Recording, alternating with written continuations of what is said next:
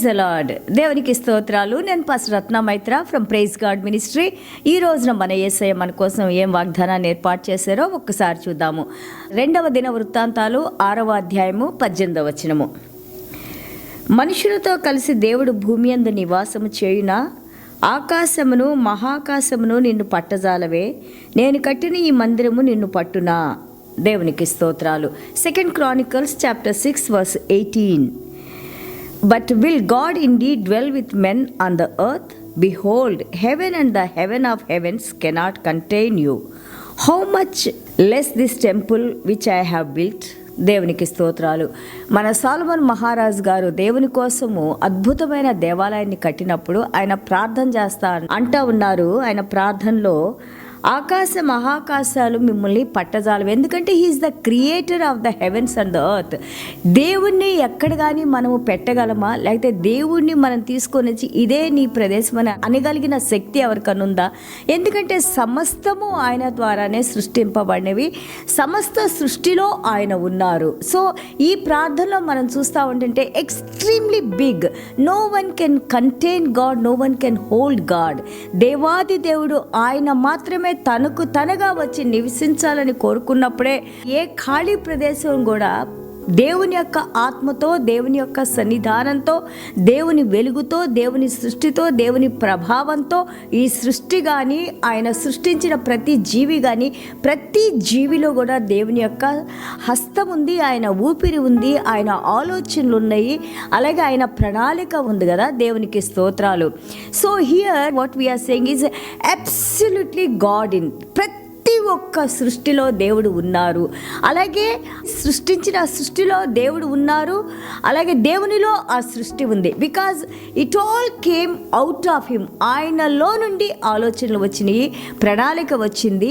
ఆ వచ్చిన ఆలోచనలే నీ కోసం నా కోసం మంచి చేయటానికి, సంతోషంగా మనందరం జీవించడానికి ఇంత గొప్ప దేవుడు, సృష్టికర్త అయిన దేవుని గురించి మాట్లాడుతూ అంటున్నారు. ఎవరైనా కానీ ఒక మందిరంలో మీరు నివసించే లాంటి దేవుడా మీరు అని చెప్పేసి ఒక ప్రశ్న వేస్తూ ఉన్నారు. ఇక్కడ మనం చూస్తుంటే గాడ్ మనందరికి తెలుసు ఇన్ ద బిగినింగ్ అని ఉంటుంది. అంటే ఆది అందు అంటే దానికి ఒక ఆరంభం లేదు. దేవుడు దేవుడు ఉన్నవాడను అనువాడను నేనే. There is no end, there is no beginning to God. And also heavens and the earth cannot contain him.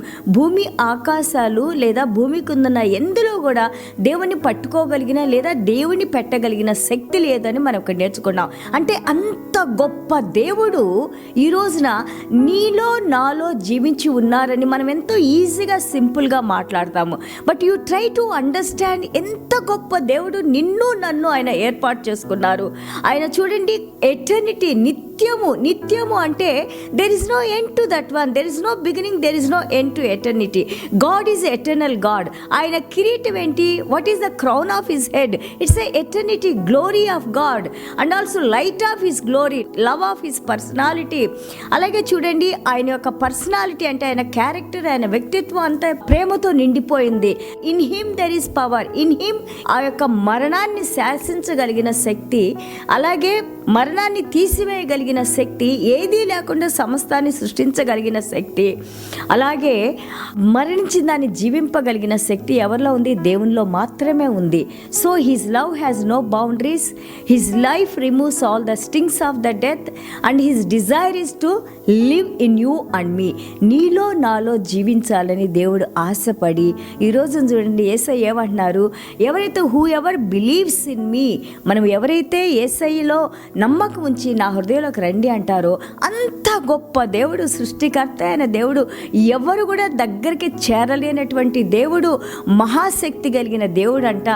ఆయన మన హృదయాల్లో వచ్చి జీవించి నీతో నాతో సహవాసంలో ఉండి నిన్ను నన్ను ఆశీర్వదించడానికి అంత గొప్ప దేవుడు భూమి మీదకి వచ్చారని మనం నేర్చుకుంటాము. His love, his life, his promises are unchanged and unchangeable. అవి మార్చడానికి కూడా మారే దేవుడు కాదని మనం మలాకి 3:6 నేర్చుకుంటా ఉన్నాము. ఎనీ చేంజెస్, ఒకవేళ ఏదైనా కానీ దేవుడు మన హృదయంలోకి రావాలన్నా లేదా దేవుడు మనకి వద్దన్నా కానీ ఆ మార్పులన్నీ నీ ద్వారానే వస్తాయి. ఎప్పుడైతే నువ్వు పశ్చాత్తాపడి దేవా మీరు నా హృదయంలోకి రండి అన్నప్పుడు అంత గొప్ప దేవుడు సిద్ధంగా ఉన్నారు నీలో వచ్చి జీవించటానికి. ఆయన పరిశుద్ధతను, ఆయన నీతిని, అలాగే ఆయన యొక్క న్యాయాన్ని, అలాగే ఆయన వాగ్దానాల్ని మన జీవితాల్లో నెరవేర్చడానికి, మనల్ని ఆయన బిడ్డలుగా నడిపించడానికి ఆయన సిద్ధంగా ఉన్నారు. అలాగే మన హృదయాల్లో జీవించి ఉన్నారు. దేవునికి స్తోత్రాలు. చూడండి, రిపెంటెన్స్, ఆ పశ్చాత్తాపం అనేది ఆ చేంజ్ ఆఫ్ మ్యాన్స్ బిహేవియర్, ఒక వ్యక్తి యొక్క ఆ మనస్తత్వం కానీ లేకపోతే ఆయన జీవితంలో మార్పులు కానీ వచ్చి దేవునితో సంబంధం పెట్టుకొని దేవునిలో జీవించాలన్నప్పుడు all the power from God, all the perfection of God, all the holiness of God, all the righteousness of God, all the glory of God, అది అంతా కూడా దేవునిలో ఉన్న సమస్తం కూడా నీలో నాలో వచ్చి జీవించడానికి మన ప్రభు సిద్ధంగా ఉన్నారు. అలాగే ఎంతమంది అయితే రక్షణలోకి వచ్చారో మనందరిలో కూడా ఆయన జీవించి ఉన్నారని మనం నేర్చుకున్నాము. ఎంత గొప్ప ఇది కదా! ఆయన ఒక్కసారి మన హృదయాల్ని ముట్టినప్పుడు, మన జీవితాల్లోకి వచ్చినప్పుడు హీ సాఫ్టెన్స్ అవర్ హార్ట్స్, మన హృదయాల్ని మెత్తపరిచి, అలాగే మన హృదయాల్ని ఆయన తెరిచి ఆ ఎటర్నిటీ నిత్యంతో మనల్ని కలిపి మనల్ని నడిపిస్తూ ఉన్నారు.